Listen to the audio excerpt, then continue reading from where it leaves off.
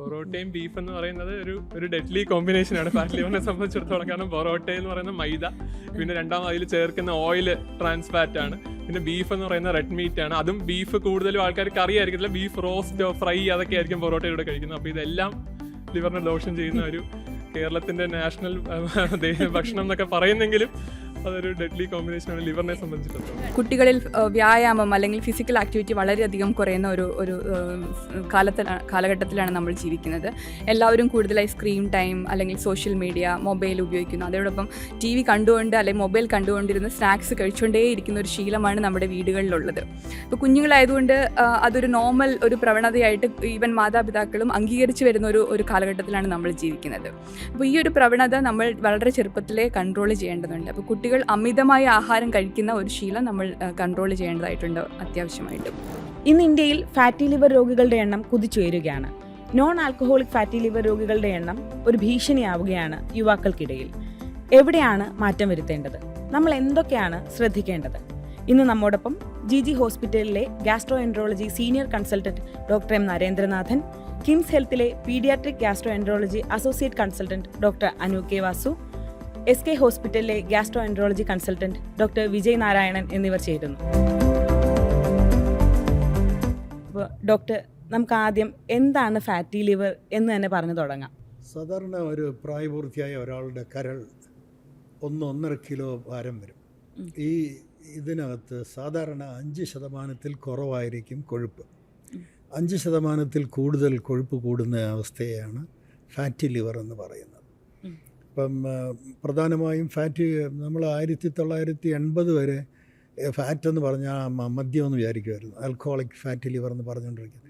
അപ്പോൾ 1980 ഇത് ഇങ്ങനെ വേറൊരു കാര്യമുണ്ടെന്നും ഇതാണ് സാധാരണയെന്നും ഒരാൾ നെതർലാൻഡിൽ നിന്നും ഇത് നോൺ ആൽക്കഹോളിക് ഫാറ്റി ലിവർ എന്നൊരു കാര്യമുണ്ടെന്നുള്ള കാര്യം പറഞ്ഞത്. അന്ന് തൊട്ടാണ് നമ്മൾ നോൺ ആൽക്കഹോളിക് ഫാറ്റി ലിവറിനെ കുറിച്ച് സംസാരിച്ച് തുടങ്ങിയത്. ഫാറ്റി ലിവർ പ്രധാനമായിട്ടും മദ്യപിക്കുന്നവരിലുള്ള ഫാറ്റി ലിവർ, അതായത് ആൽക്കഹോളിക് ലിവർ ഡിസീസ്, പിന്നെ മദ്യപിക്കാത്തവരിലുള്ള ഫാറ്റി ലിവർ, അതായത് non alcoholic fatty liver disease. അങ്ങനെ 2 തരങ്ങളിലാണുള്ളത്. അപ്പോൾ മദ്യപിക്കുന്നതിനുള്ള ഫാറ്റി ലിവർ എല്ലാവർക്കും അറിയാം. മദ്യപിക്കുന്നവരിൽ ഫാറ്റ് ലിവർ വരാറുണ്ട്. മദ്യപിക്കുന്നതിൽ ഒരു 80 മുതൽ 90% ആളുകളിലും ഫാറ്റ് ലിവർ കാണാറുണ്ട്.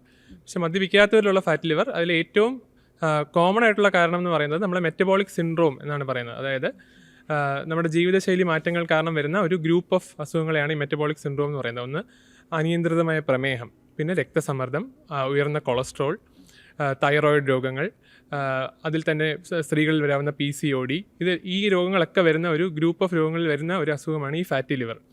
അപ്പോൾ metabolic syndrome associated fatty liver disease. കൂടാതെ ചില വൈറസുകൾ കാരണം, ഹെപ്പറ്റൈറ്റിസ് വൈറസുകൾ കാരണം, ഹെപ്പറ്റൈറ്റിസ് B, ഹെപ്പറ്റൈറ്റിസ് C വൈറസുകൾ കാരണം ഫാറ്റ് ലിവർ വരാം. പിന്നെ മറ്റ് ജനിതകമായ കാരണങ്ങൾ കാരണവും ഫാറ്റ് ലിവർ വരാം. അങ്ങനെ പലതരത്തിലുള്ള ഫാറ്റ് ലിവർ രോഗങ്ങളുണ്ട്. അപ്പം ഡോക്ടർ, ഫാറ്റി ലിവറിൻ്റെ പല ഘട്ടങ്ങൾ എങ്ങനെയൊക്കെയാണ്? അത് ഫാറ്റ് ശരീരത്തിൽ കയറുമ്പോൾ ആദ്യമായിട്ട് അതിനെ സിമ്പിൾ സ്റ്റേറ്റോസിസ് എന്നാണ് പറയുന്നത്, സിമ്പിൾ ഫാറ്റി ലിവർ.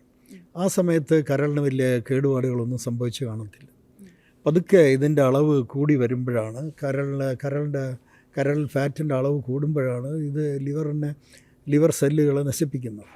അതിലിപ്പോൾ ലിവർ സെല്ലിനെ നശിപ്പിച്ച് അതിനകത്ത് വീക്കം ഉണ്ടാകുമ്പോഴാണ്, ഈ സ്റ്റേജിനെയാണ് നമ്മൾ hepatitis or non alcoholic steatohepatitis അല്ലെങ്കിൽ നാഷ് എന്ന് പറയുന്നത്.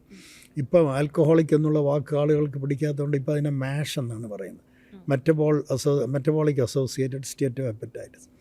അപ്പം ഇങ്ങനെ ഇത് വീക്കം കയറി കൂടുതൽ വരുമ്പോൾ നമുക്കറിയാലോ, നമ്മുടെ കൈയും ഒന്ന് മുറിഞ്ഞാൽ അതിൻ്റെ പുറത്ത് സ്കാർ ടിഷ്യൂ വരും. ഇതുപോലെ ലിവറിനകത്തും വീക്കം വരുമ്പം സ്കാർ ടിഷ്യൂ വരും. ഈ സ്കാർ ടിഷ്യൂവാണ് ഫൈബ്രോസിസ് എന്ന് പറയുന്നത്. അപ്പോൾ ഫൈബ്രോസിസ് വന്നു തുടങ്ങുമ്പോൾ വീക്കത്തിനകത്ത് ഫൈബ്രോസിസ് വന്ന് അതിനാദ്യം ഫൈബ്രോസ് ഇല്ലാത്ത സ്റ്റേജിനെ F0 എന്നും, ഫൈബ്രോസ് കൂടി വരുന്നതിന് F2, F3, F4 എന്നും പറയാറുണ്ട്. അതിന് F4 ഒക്കെ ആകുമ്പോഴാണ് സാധാരണ കരളിൻ്റെ പുറത്ത് നമ്മൾ തൊട്ട് നോക്കുകയാണെങ്കിൽ ഒരു മാങ്ങയുടെയൊക്കെ പുറത്ത് തൊടുന്ന പോലെ സ്മൂത്തായിരിക്കും. പക്ഷേ ഈ ഫൈബ്രോസ് വരുമ്പോൾ ഈ ചക്കയുടെ പുറത്തൊക്കെ തൊടുന്ന മാതിരി എല്ലാം കൂടിയും റഫായിട്ടിരിക്കും. ഇതിനെ ആണ് സിറോസിസ് എന്ന് പറയുക. സിറോസിസും വന്ന് ഒരു ചെറിയൊരു ശതമാനത്തിൽ ലിവർ ക്യാൻസർ വരെ ആവാൻ സാധ്യതയുണ്ട്. അപ്പോൾ അങ്ങനെ ഇതാണ് ഇതിൻ്റെ വിവിധ ഘട്ടങ്ങൾ. ആദ്യം സിമ്പിൾ സ്റ്റേറ്റോസിസ്, സ്റ്റേറ്റോട്ടിക് ഹെപ്പറ്റൈറ്റിസ്, ഫൈബ്രോസിസ്, സിറോസിസ്, പിന്നെ വളരെ വിരളമായിട്ട് ലിവറൽ ക്യാൻസറും വരാം. ഇതാണ് ഇതിൻ്റെ വിവിധ സ്റ്റേജുകൾ. ഈ ഓരോ സ്റ്റേജിലെയും ട്രീറ്റ്മെൻറ്റ് എങ്ങനെയാണ് ഡോക്ടർ? ഓരോ സ്റ്റേജിലും ട്രീറ്റ്മെൻറ്റ് കുറച്ച് വ്യത്യാസമുണ്ട്. ഇപ്പോൾ ഒരു ഫസ്റ്റ് സ്റ്റേജ്, അതായത് കരളിൽ കൊഴുപ്പ് മാത്രമുള്ള സിമ്പിൾ സ്റ്റേറ്റോസിസ് എന്ന് പറഞ്ഞ സ്റ്റേജിൽ പലപ്പോഴും മരുന്നുകൾ ഒന്നും തന്നെ വേണ്ടി വരുന്നില്ല. ആൾക്കാരുടെ ജീവിതശൈലി മാറ്റങ്ങൾ, അതായത് വെയിറ്റ് കുറച്ചാൽ മാത്രം ആ സ്റ്റേജ് റിവേഴ്സിബിൾ ആണ്. പിന്നെ രണ്ടാമത്തെ സ്റ്റേജ്, അതായത് കരളിൽ നീർവീക്കം വരുന്ന സ്റ്റേജ്, ഇൻഫ്ലമേഷൻ വരുന്ന സ്റ്റേജ്, അതിനെയാണ് നമ്മൾ സ്റ്റേറ്റോ ഹെപ്പറ്റൈറ്റിസ് എന്ന് പറയുന്നത്. അപ്പോൾ അങ്ങനത്തെ സ്റ്റേജിൽ ആണ് നമുക്ക് ഈ ലിവർ ഫംഗ്ഷൻ ടെസ്റ്റ് ഒക്കെ ചെയ്യുമ്പോൾ ചില വ്യത്യാസങ്ങൾ അങ്ങനെയൊക്കെ കാണുന്നത്.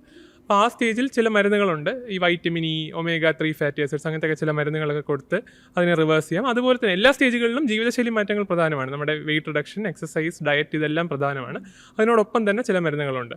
മൂന്നാമത്തെ സ്റ്റേജ്, അതായത് സാറ് പറഞ്ഞതുപോലെ ഫൈബ്രോസിസ്, അതായത് കരളിൽ ചെറിയ ചുരുക്കം വന്നു തുടങ്ങുന്ന സ്റ്റേജിൽ, ആ സ്റ്റേജാണ് നമ്മൾ ഏറ്റവും കൂടുതൽ ശ്രദ്ധിക്കേണ്ടത്. കാരണം സിറോസിസിന് അടുത്തെത്തി നിൽക്കുന്ന സ്റ്റേജാണ് ഈ ഫൈബ്രോസിസ് എന്ന് പറയുന്ന സ്റ്റേജ്. അപ്പം ഫാറ്റി ലിവർ മാറി സിറോസിസ് ആകാതിരിക്കാൻ വേണ്ടി നമ്മൾ വളരെയധികം ശ്രദ്ധിക്കുകയും അതിന് ചില മരുന്നുകൾ ഇപ്പോൾ ലഭ്യമാണ്. അപ്പോൾ ആ മരുന്നുകൾ നൽകി നമുക്ക് ഫൈബ്രോസിസിനെ റിവേഴ്സ് ചെയ്ത് കരളിനെ തിരിച്ച് നോർമലാക്കാൻ പറ്റുന്നതാണ്. അതുകൊണ്ട് ഈ ആൾക്കാരെ ഈ ഫൈബ്രോസിസ് എന്ന് പറഞ്ഞ സ്റ്റേജിൽ നേരത്തെ ഡിറ്റക്ട് ചെയ്യുകയാണെങ്കിൽ നമുക്ക് പല കേസസ് ഓഫ് സിറോസിസും റിവേഴ്സ് ചെയ്യാൻ പറ്റും. പക്ഷേ സിറോസിസ് എന്ന് പറഞ്ഞ സ്റ്റേജിൽ എത്തിക്കഴിഞ്ഞാൽ പിന്നെ തിരിച്ച് കരളിനെ നോർമലാക്കി കൊണ്ടുവരുന്നത് ശ്രമകരമാണ്. അതുകൊണ്ട് ആ ഫൈബ്രോസിസിനെ ഐഡൻറ്റിഫൈ ചെയ്യുക എന്നുള്ളതാണ് ഈ ഫാറ്റ് ലിവർ കേസസിൽ ഏറ്റവും ഇമ്പോർട്ടൻ്റ് ആയിട്ടുള്ളത്. മാത്രമല്ല എല്ലാ സ്റ്റേജുകളിലും ജീവിതശൈലി മാറ്റങ്ങൾ, അതായത് വെയിറ്റ് റിഡക്ഷൻ, പിന്നെ ഡയറ്റ്, എക്സസൈസ്, ഇതെല്ലാം വളരെയധികം ഇമ്പോർട്ടൻ്റ് ആണ്. മരുന്നുകളെക്കാൾ കൂടുതൽ ഇമ്പോർട്ടൻ്റ് ആണ് ജീവിതശൈലി മാറ്റങ്ങൾ എന്നുള്ളത്.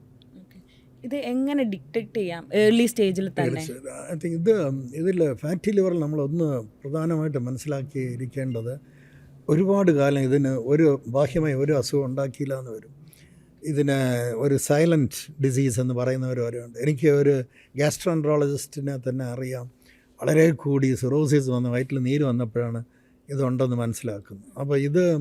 അപ്പോൾ ഒരുപാട് കാലം ഇത് ലക്ഷണമല്ലാതെ ഇരിക്കുന്നതുകൊണ്ട് അപ്പോൾ ഈ സാധാരണയുള്ള മെഡിക്കൽ ചെക്കപ്പുകൾ ഫാറ്റി ലിവറിന് വളരെ നല്ലതാണ്.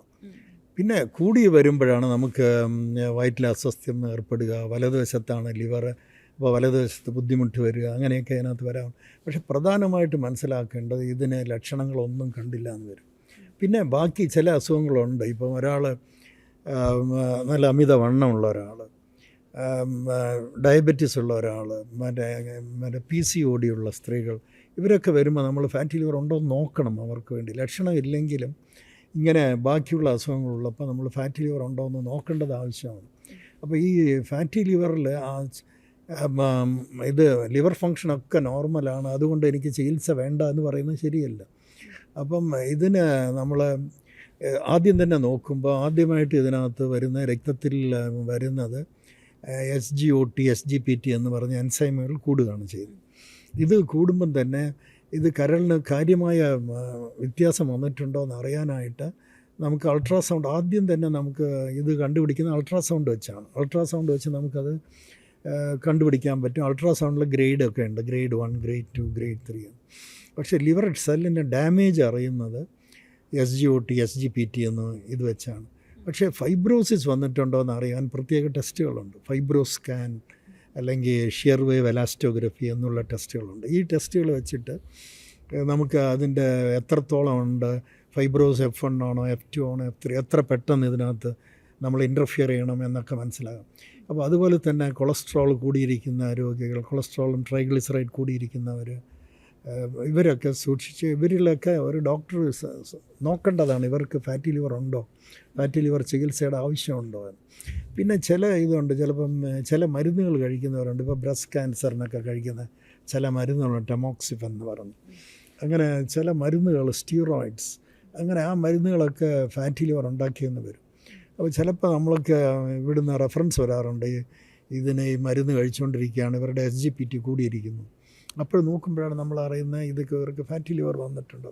അപ്പോൾ അങ്ങനെയും ഫാറ്റി ലിവർ വരും. വേറൊന്ന് പ്രധാനമായിട്ട് ശ്രദ്ധിക്കേണ്ടത്, ഈ മദ്യം കഴിക്കുന്നവർക്കും മദ്യം കൊണ്ടല്ലാതെയും ഫാറ്റി ലിവർ കൂടിയും മെറ്റബോളിസം കൊണ്ട് വരുന്നൊരു ഫാറ്റി ലിവറുണ്ട്.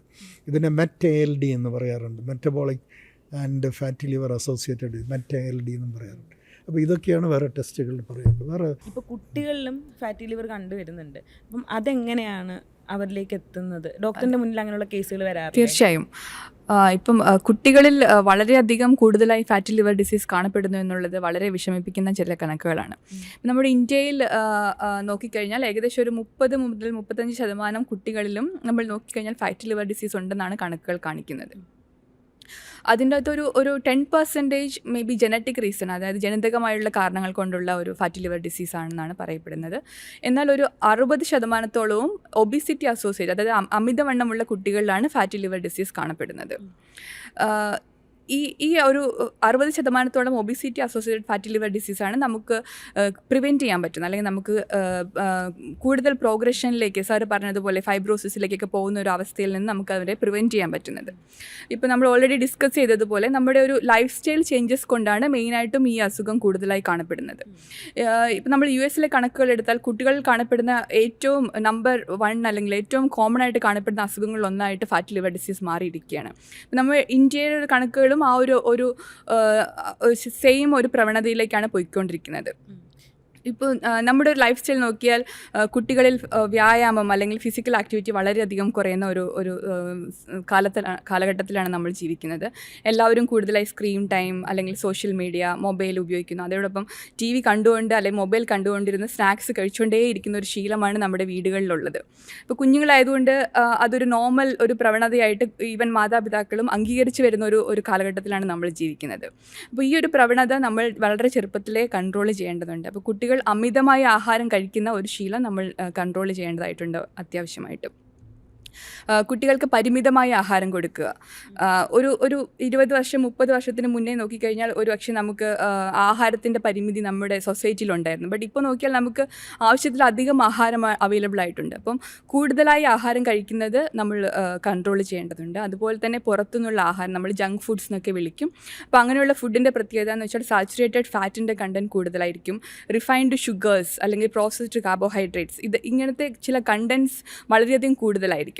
നമ്മൾ വാങ്ങിക്കുന്ന ബെവറേജസ് അല്ലെങ്കിൽ ജ്യൂസസ് അല്ലെങ്കിൽ പുറത്തുനിന്ന് വാങ്ങിക്കുന്ന ഫുഡ്സിൽ ഇങ്ങനെയുള്ള ചില പ്രൊഡക്ട്സ് അത് ടേസ്റ്റിന് വേണ്ടിയിട്ട് ആഡ് ചെയ്യുന്നതാവാം. ബട്ട് ഇതൊക്കെ അമിതമായി ഉപയോഗിക്കുന്നത് കൊണ്ടാണ് ഒരു പരിധിവരെ ഈ ഫാറ്റി ലിവർ ഡിസീസ് കാണപ്പെടുന്നത്. അപ്പോൾ ഇങ്ങനെയുള്ള ഭക്ഷണത്തിൻ്റെ ഉപയോഗം കൺട്രോൾ ചെയ്യുക എന്നുള്ളത് ഈ ഫാറ്റി ലിവർ ഡിസീസ് കൺട്രോൾ ചെയ്യുന്നതിന് വളരെ ആവശ്യമാണ്. അതുപോലെ കുഞ്ഞുങ്ങളുടെ സ്ക്രീൻ ടൈം ഒരു ദിവസം ഡെഫിനറ്റായിട്ടും 2 മണിക്കൂറിൽ താഴെ വയ്ക്കേണ്ടത് വളരെയധികം ആവശ്യമാണ്.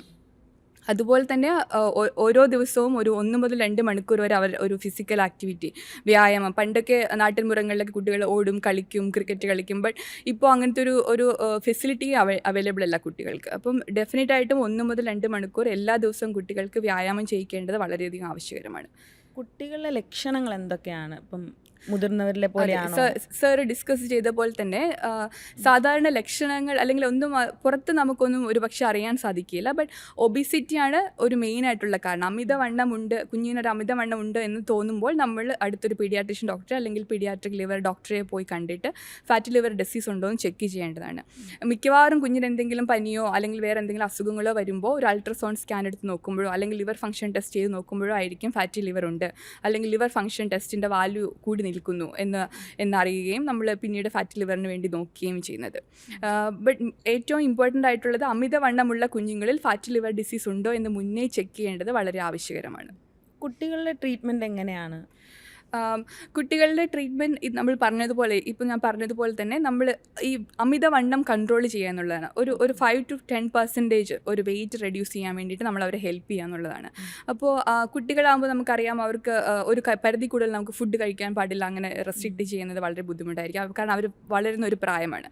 അപ്പോൾ നമ്മൾ ഓരോരുത്തരുടെ പ്രായത്തിനനുസരിച്ചുള്ള എത്ര കാലറിയാണ് ഒരു ദിവസം എടുക്കേണ്ടത്, എത്ര പ്രോട്ടീനാണ് ഒരു ദിവസം എടുക്കേണ്ടത്. സാധാരണ നമ്മുടെ ഒരു നാടിൻ്റെ ശീലം വെച്ചിട്ട് നമ്മൾ ഒത്തിരി റൈസ് അല്ലെങ്കിൽ വീറ്റ് അങ്ങനത്തെ ഒരു കാർബോഹൈഡ്രേറ്റ് പ്രിഡോമിനൻ്റ് ആയിട്ട് കഴിക്കുന്ന ഒരു ഹാബിറ്റാണുള്ളത്. അപ്പോൾ നമ്മളത് കാർബോഹൈഡ്രേറ്റിൻ്റെ അളവ് റെസ്ട്രിക്റ്റ് ചെയ്യുന്നു. അതായത് ലോ കാർബോഹൈഡ്രേറ്റ്, അതുപോലെ ലോ സാച്ചുറേറ്റഡ് ഫാറ്റ് കുറച്ച് പ്രോട്ടീൻ കൂടുതലായിട്ട് ഉപയോഗിക്കാൻ വേണ്ടിയിട്ട് ഒരു കൗൺസിലിംഗ് കൊടുക്കുകയും അതുപോലെ കറക്റ്റായിട്ടുള്ള ഒരു ആഹാരക്രമം എഴുതി കൊടുക്കുകയും എക്സസൈസ് ചെയ്യാൻ വേണ്ടി അവരെ പ്രൊമോട്ട് ചെയ്യുകയും ചെയ്ത് ഏകദേശം ഒരു മന്ത്ലി അല്ലെങ്കിൽ 2 മാസത്തിലൊരിക്കൽ 3 മാസത്തിലൊരിക്കൽ നമ്മളെ വന്ന് കണ്ട് വെയിറ്റ് ചെക്ക് ചെയ്ത് റെഗുലറായിട്ട് ചെക്കപ്പ് പോയിട്ടാണ് നമ്മൾ മാനേജ് ചെയ്യുന്നത്. ഇപ്പം കുട്ടികളുടെ ഫാറ്റി ലിവർ പേരൻസിനാണ് കുറച്ചും കൂടെ അവയർനെസ് വേണ്ടത്. തീർച്ചയായും.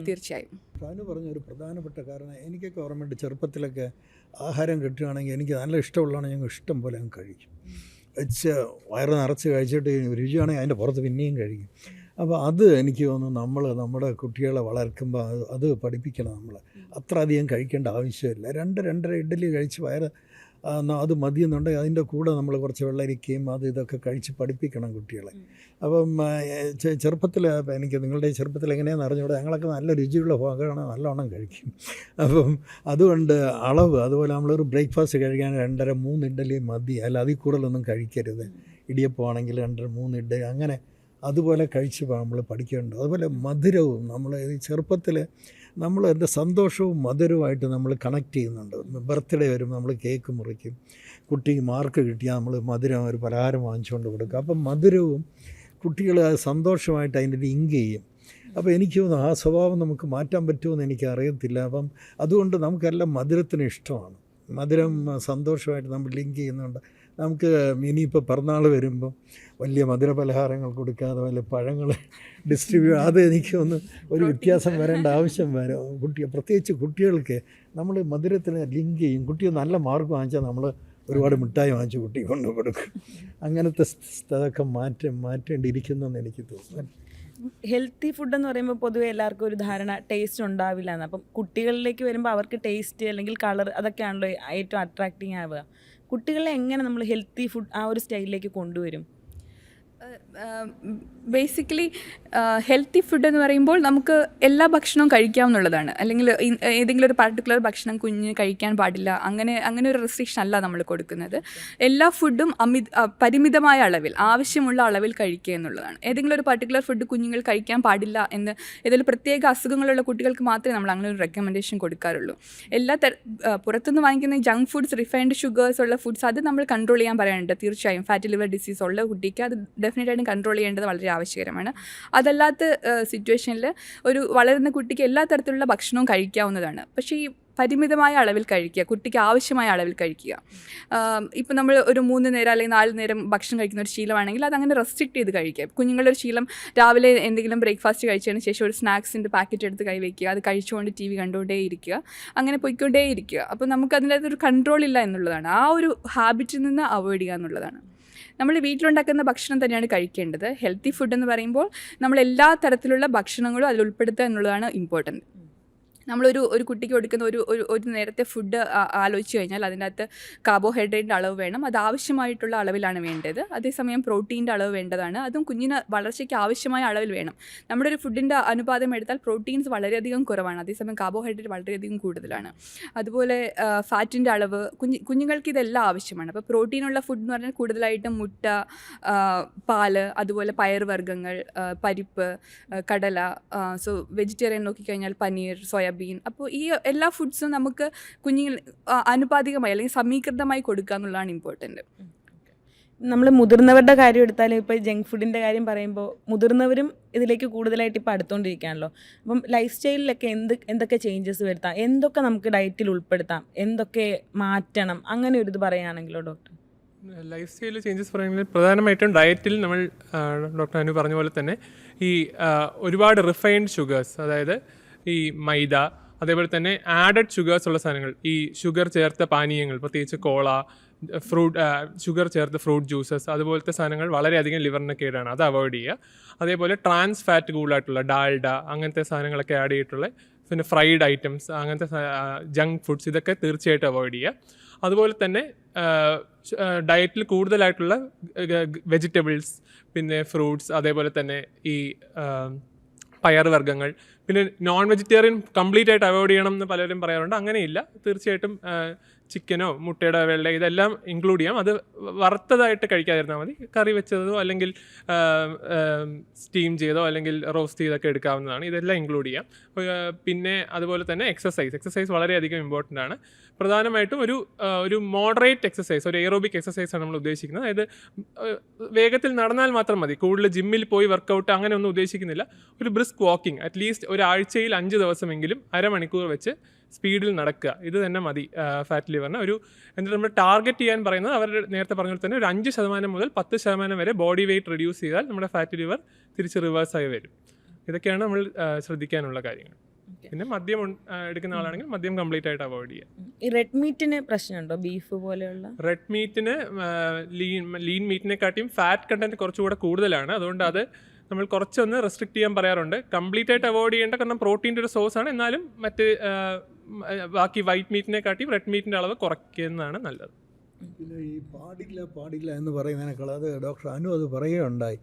അപ്പോൾ അത് പാടില്ല ഇത് പാടില്ല എന്ന് കുട്ടിയെടുത്ത് പറയുന്നതിനേക്കാളും അളവ് ഇത്ര കഴിച്ചാൽ മതി, ഇത്ര കഴിച്ചാൽ, അത് അങ്ങനെ സ്ട്രെസ് ചെയ്യുന്നതായിരിക്കും കൂടുതൽ. അപ്പോൾ കുട്ടികളുടെ നമ്മൾ അത് പാടില്ല എന്ന് പറഞ്ഞാൽ അവൻ ചിലപ്പോൾ അതിനോട് ആഗ്രഹം താല്പര്യം കൂടിയെന്ന് വരും. അതൊരു നല്ലൊരു പോയിൻ്റാണ്. നമുക്ക് അളവ് കുറയ്ക്കുക, അളവ് കുറച്ച് പിന്നെ ഒട്ടും തീരെ പറ്റാത്തത് അവോയ്ഡ് ചെയ്യുക. പിന്നെ മിക്കവാറും കുട്ടികളെ നമ്മൾ അളവ് കുറച്ച് ഇതാക്കുന്നതായിരിക്കും നല്ലത്. ഇപ്പം നമ്മൾ നേരത്തെ സംസാരിച്ചതിൽ ഒബീസിറ്റി ഫാറ്റി ലിവറിൻ്റെ ഒരു ലക്ഷണമാണല്ലോ. പക്ഷേ വണ്ണമുള്ളവരിൽ മാത്രമല്ല ഫാറ്റി ലിവർ കാണുന്നത്, മെലിഞ്ഞവരിലും കാണപ്പെടുന്നുണ്ടല്ലോ. അപ്പം അതെങ്ങനെയാണ് അതിനകത്ത്? ഇതിന് അമിതവണ്ണം ഉള്ളവരിൽ മാത്രമല്ല, ഇതൊരു തെറ്റിദ്ധാരണയാണ്. കൊഴുപ്പ് ഫാറ്റ് ഉണ്ടെങ്കിലേ, നല്ല തടി ശരീരം ഉണ്ടെങ്കിലേ ഫാറ്റി ലിവർ വരുള്ളൂ. അപ്പോൾ മെലിഞ്ഞുള്ളവരിലും വരാറുണ്ട്. ഇതിന് ലീൻ നാഷ് എന്ന് പറയുന്നുണ്ട്. ഇത് ഇന്ത്യയിൽ ചില സ്ഥലങ്ങളിൽ 10% തൊട്ട് 30% വരെ ആളുകൾ നല്ല തടിയുള്ളവരല്ല. ഇതിനെയാണ് നമ്മൾ ലീൻ നാഷ് എന്ന് പറയുന്നത്. അപ്പോൾ ഇതിന് പല കാരണങ്ങളുണ്ട്. ഒന്ന് പറയുന്നത് ഇൻസുലിൻ റെസിസ്റ്റൻസ് വരുന്നതുകൊണ്ടാണ്. അപ്പോൾ ഇൻസുലിൻ റെസിസ്റ്റൻസ് എന്ന് പറയുന്നത് സാധാരണ ഇൻസുലിൻ പ്രവർത്തിക്കുന്ന അത്രയും ഫലവത്തായി ഇവരിൽ പ്രവർത്തിക്കുന്നില്ല. അതുകൊണ്ട് ഇവരുടെ ശരീരത്തിലെ ഷുഗറിൻ്റെ ഗ്ലൂക്കോസിൻ്റെ അംശം കൂടുകയും ലിവറിൽ കയറുകയും ചെയ്യുകയാണ്. അപ്പോൾ ഇതാണ് ഒരു ഇൻസുലിൻ റെസിസ്റ്റൻസ് ഒരു പ്രധാന കാരണമാണ്. പിന്നെ പാരമ്പര്യമായിട്ട് എന്ന് പറയുന്നത് ഈവൻതോ ഒരു PNP LA3 എന്നൊക്കെ പറഞ്ഞ ജീൻ ഇതുണ്ടാക്കാമെങ്കിലും സാധാരണ ഫാറ്റി ലിവർ ഒരു കുടുംബത്തിൽ വരാനുള്ള പ്രധാന കാരണം പാരമ്പര്യമായിട്ടുള്ളതല്ല, അവരുടെ ജീവിതശൈലിയാണ്. ചിലർ ഒരുപാട് അടിച്ചു പൊളിച്ച് നല്ലോണം ആഹാരം കഴിക്കുക, അങ്ങനെയുള്ളതാണ്. അപ്പം ഈ കുട്ടി കഴിച്ച് ലീൻ ആളുകളിൽ വരാനുള്ള ഒരു പ്രധാന കാരണം ഒന്ന് ഇൻസുലിൻ റെസിസ്റ്റൻസ് ആണ്. പിന്നെ ഉദരത്തിൽ ഫാറ്റ് അടിയുമ്പം അത് കരളിലോട്ട് പോകാൻ എളുപ്പമാണ്. അങ്ങനെ ഉദരത്തിൽ ഫാറ്റും ആകെ ആൾ മെലിഞ്ഞ ആളായിരിക്കും, പക്ഷേ അവരുടെ ഉദരത്തിൽ ഫാറ്റ് ഉണ്ടെങ്കിൽ അത് ലിവറിൽ അടിയും. അതുപോലെ സാർക്കോപ്പീനിയ എന്ന് പറയും, അതായത് മസിൽ മാസ് കുറയുമ്പം അപ്പം എനർജിക്ക് വേണ്ടി മസിലിലൊന്നും കയറത്തില്ല, അത് എക്സ്ട്രാ എനർജി എല്ലാം കരളിലോട്ട് കയറും. ഇതൊക്കെയാണ് ലീൻ നാഷ് അല്ലെങ്കിൽ അത്ര അധികം തടിയില്ലാത്തവരിൽ വരുന്ന ഫാറ്റി ലിവർ ഉണ്ടാവേണ്ട ഒരു കാരണം. നമ്മൾ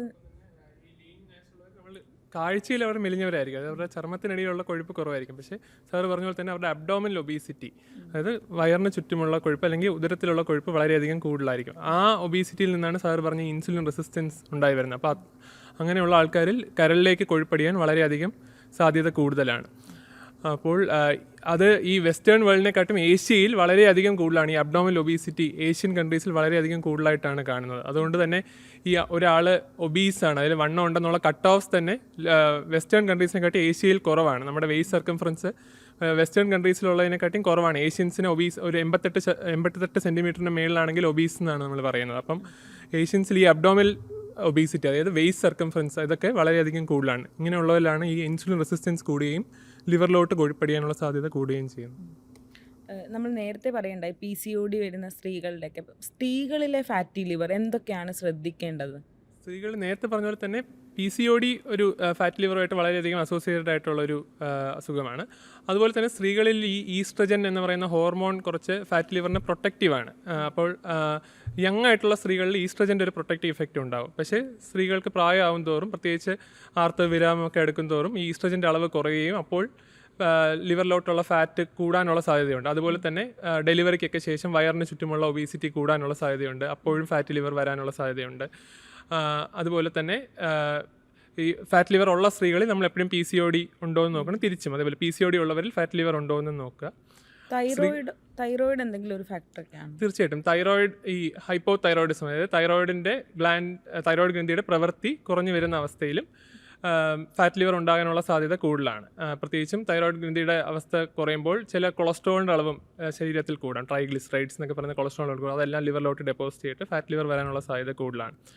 തൈറോയിഡിൻ്റെ രോഗങ്ങളും പൊതുവേ ചിലപ്പോൾ സ്ത്രീകളിൽ കുറച്ച് കൂടുതലായിട്ട് കാണാറുണ്ട്. കാരണം ഓട്ടോ ഇമ്മ്യൂൺ എന്നൊക്കെ പറഞ്ഞ ചില അസുഖങ്ങളുടെ ഭാഗമായിട്ട് മെയിൽസിനെക്കാട്ടിയും കൂടുതൽ സ്ത്രീകളിലാണ് കൂടുതലായിട്ട് കാണുന്നത്. അതേപോലെ തന്നെ ചില ഓട്ടോ ഇമ്മ്യൂൺ ഇത് കാരണമുള്ള ഫാറ്റ് ലിവർ വരാം, അതും സ്ത്രീകളിൽ കുറച്ചുകൂടെ മെയിൽസിനെക്കാട്ടിയും കൂടുതലാണ്. ഇപ്പം ഇന്ത്യയിലെ പഠനങ്ങൾ പ്രകാരം 80% ടെക്കികളും ഫാറ്റി ലിവർ രോഗം കൊണ്ട് അവരത് ബാധിതരാണ്. അപ്പം ടെക്കികളിൽ എന്തുകൊണ്ടായിരിക്കും ഇങ്ങനെ ഇതിൻ്റെ ഒരു തോത് കൂടുന്നത്? ഇത് നമ്മൾ ഉദ്ദേശിക്കുന്ന നല്ലൊരു പഠനം ഇത് നേച്ചർ എന്ന് പറഞ്ഞ മാഗസിനിൽ പബ്ലിഷ് ചെയ്യുന്നുണ്ടായി. പക്ഷേ അതിന് നമ്മളിതിനെ അവർ പറയുന്നത് അങ്ങ് വിശ്വസിക്കുന്നത് ശരിയാണോ എന്നറിയില്ല. അവർ പറയുന്നത് 80%-ലധികം ആളുകൾക്ക് ഫാറ്റി ലിവർ ഉണ്ടെന്നാണ്. പക്ഷേ അവരുടെ സർവേയിൽ 15% സ്ത്രീകളുള്ളൂ. അപ്പോൾ ഇതിൽ നിന്ന് മനസ്സിലാക്കാം അവരുടെ സാമ്പിൾ ഒരു സെലക്റ്റഡ് സാമ്പിളാണ്. ആ ഹൈദരാബാദിലെ ടെക്കികളുടെ മുഴുവൻ സാമ്പിളല്ല. ഈ സ്റ്റഡി ഹൈദരാബാദിലാണ് ചെയ്തത്. ഹൈദരാബാദ് ടെക്കികളിൽ 700 പേരിലാണ് 500 പേരെ അവർ ഓൺലൈൻ ക്വസ്റ്റ്യനർ അയക്കുകയും ബാക്കി 200 പേരെ നേരിട്ട് ചെന്ന് ഇതാക്കുകയും എന്നിട്ട് അവരുടെ അടുത്ത് ചോദിച്ചു ആരൊക്കെ വരുന്നു ഇവിടെ സ്കാൻ ചെയ്യാൻ വരുന്നുണ്ടോ എന്നൊക്കെ ചോദിച്ചപ്പം 10-200 പേര് സ്കാൻ ചെയ്യാൻ പോയി. അതിനകത്താണ് അവർ പറയുന്നത് 80-85% ആളുകൾക്ക് ഫാറ്റി ലിവർ ഉണ്ടെന്ന്. പക്ഷേ ഇത് നമ്മൾ എന്തൊക്കെയാണെങ്കിലും ഇത് ഗൗരവമായിട്ട് എടുക്കേണ്ട ഒരു കാര്യമാണ്. ഈ ടെക്കികളെന്ന് പറഞ്ഞാൽ അവർക്ക് നമ്മുടെ സമ്പദ്ഘടനയിൽ വളരെയധികം കോൺട്രിബ്യൂട്ട് ചെയ്യുന്ന ആളുകളാണ്, വളരെയധികം അധ്വാനിക്കുന്നവരാണ്. അപ്പോൾ ഒരു ടെക്കി ഒരാൾ പറയായിരുന്നു ഞാൻ കാലത്തെ ഇറങ്ങും, അവിടെ ചെന്നിരുന്ന് മുറിക്കകത്തിരുന്നു വൈകുന്നേരം വരെ അവിടെ ഇരിക്കും, അവിടെ നിന്ന് തിരിച്ച് വന്ന് ഇവിടെ വന്ന് വീട്ടിൽ ഇരിക്കും, അത് കഴിഞ്ഞ് മൊബൈലിൽ കുറച്ച് നേരം ഇരിക്കും, അത് കഴിഞ്ഞ് കഴിക്കും, കിടക്കും, അത്രയേ ഉള്ളൂ അവർക്ക്. ഇത് വിദേശ രാജ്യത്തിലൊക്കെ ടെക്കികൾക്ക് അവർക്ക് പറയുന്നുണ്ട് ഒരു സ്ട്രെച്ച് ടൈം എന്ന് പറഞ്ഞൊരു ടൈം ഉണ്ടെന്ന്. അപ്പോൾ അവർ അനൗൺസ് ചെയ്യും, മൈക്കിൽ അനൗൺസ് ചെയ്യും സ്ട്രെച്ച് ടൈം. അപ്പോൾ നമ്മൾ കയ്യും കാലുമൊക്കെ നിർത്തി എങ്ങനെ ചെയ്യണമെന്ന്. അപ്പോൾ നമുക്ക് ഈ ടെക്കികളെ തീർച്ചയായിട്ടും അവരെ ഗവനിക്കേണ്ടതാണ്. അവരുടെ പീരിയോഡിക് മെഡിക്കൽ ചെക്കപ്പ് നടത്തണം. എന്നിട്ട് ഇവർക്ക് അവരുടെ ബ്ലഡ് ഇതൊക്കെ ചെക്ക് ചെയ്യണം. എന്നിട്ട് എന്ന് വെച്ചാൽ അവരെ അത് ബോധവൽക്കരിക്കുകയും വേണം അതിൻ്റെ ആവശ്യകതയെക്കുറിച്ചും. അതുപോലെ ഇവരെ മാനേജ് ചെയ്യുന്നവരും മനസ്സിലാക്കണം. അതായത് ഈ വർക്ക് ലൈഫ് ബാലൻസ് എന്ന് പറഞ്ഞിട്ട് മാനേജ് ചെയ്യുമ്പം ഇവർക്ക് വ്യായാമം ചെയ്യാനൊക്കെ സമയം കൊടുക്കണം. അല്ലാതെ രാവിലെ തൊട്ട് വൈകുന്നേരം വരെ അവർ പണിയെടുപ്പിച്ച് തിരിച്ച് വീട്ടിൽ ചെന്ന് അവർ കിടന്നുറങ്ങാനും മൊബൈൽ നോക്കാനും പോലും സമയമില്ലാന്ന് ചിലർ പറയാറുണ്ട്. അപ്പോൾ ആ പഠനത്തിൽ കുറച്ച് സംശയങ്ങളുണ്ടെങ്കിലും ഇത് ഗൗരവമായ ഒരു പ്രശ്നത്തിലേക്കാണ് വിരൽ ചൂണ്ടുന്നത്. അത് തീർച്ചയായിട്ടും നമ്മളതിനെ ഗവനിക്കണം. അത് തീർച്ചയായിട്ടും ഇതിൻ്റെ മാനേജ്മെൻറ്റ് അവരുടെ ശ്രദ്ധയിൽ വരണം. എന്നിട്ട് എന്നിട്ട് ഈ ടെക്കികൾ ഇടയ്ക്കിടയ്ക്ക് മെഡിക്കൽ ചെക്കപ്പ് ചെയ്യണം. അതൊരു പ്രധാനമാണ്. ചെക്ക് ചെയ്തിട്ട് അവരുടെ ലിവർ ട്രാൻസാമിനേസ് കണ്ടുപിടിക്കാനും അൾട്രാസൗണ്ട് ചെയ്യണം, ആവശ്യമെങ്കിൽ ഫൈബ്രോ സ്കാൻ ചെയ്യണം. എന്നിട്ട് ആവശ്യമെങ്കിൽ ട്രീറ്റ്മെൻറ്റ് സ്റ്റാർട്ട് ചെയ്യണം. അത് ഏതായാലും ഈ ഫെബ്രുവരിയിൽ വന്നൊരു വളരെ പ്രധാനപ്പെട്ട ആർട്ടിക്കിളാണ്. അത് നമ്മൾ വളരെ ഗൗരവമായിട്ട് എടുക്കേണ്ടതാണ്. നമ്മൾ ഈ ടെക്കീസിൽ പലപ്പോഴും അവർക്ക് വ്യായാമം ചെയ്യാൻ സമയം കിട്ടുന്നില്ല. അപ്പോൾ ഫാറ്റ് ലിവറിൻ്റെ ഒരു പുതിയ കോൺസെപ്റ്റ് എന്ന് പറഞ്ഞാൽ നമ്മൾ വ്യായാമം ചെയ്യണമെന്നില്ല. ഈ നോൺ എക്സസൈസ് ആക്ടിവിറ്റി തെർമോജെനിസിസ് എന്ന് പറഞ്ഞൊരു പുതിയൊരു കോൺസെപ്റ്റ്. അതായത് നമ്മൾ വ്യായാമം ചെയ്യാൻ വേണ്ടി സമയം മാറ്റിവെക്കാൻ കിട്ടാത്തവരിൽ നമ്മൾ സാധാരണ ചെയ്യുന്ന കാര്യങ്ങൾ തന്നെ നമുക്ക് വ്യായാമമായി മാറ്റാം. അതായത് ടെക്കികൾ ഇപ്പോൾ അവർ സാർ പറഞ്ഞ പോലെ തന്നെ കമ്പ്യൂട്ടറിൽ വർക്ക് ചെയ്തുകൊണ്ടിരിക്കുന്നതിനിടയ്ക്ക് തന്നെ ഇടയ്ക്ക് ബ്രേക്ക് എടുത്ത് സ്ട്രെച്ച് ചെയ്യുക, കാലുകൾ ഇടയ്ക്കിടയ്ക്ക് അനക്കിക്കൊണ്ടിരിക്കുക, കൈ ഇടയ്ക്ക് അനക്കുക.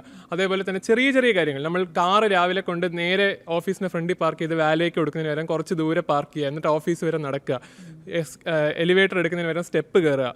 അങ്ങനെ നമ്മൾ നോർമലി റുട്ടീൻലി ചെയ്യുന്ന ആക്ടിവിറ്റീസ് തന്നെ നമുക്ക് എക്സസൈസ് ആക്കി മാറ്റാം. സ്റ്റെപ്പ് കൗണ്ട് നമുക്ക് പല ആപ്പുകളിൽ ലഭ്യമാണ്, ഫാസ്റ്റ് വാച്ചുകളിൽ ലഭ്യമാണ്.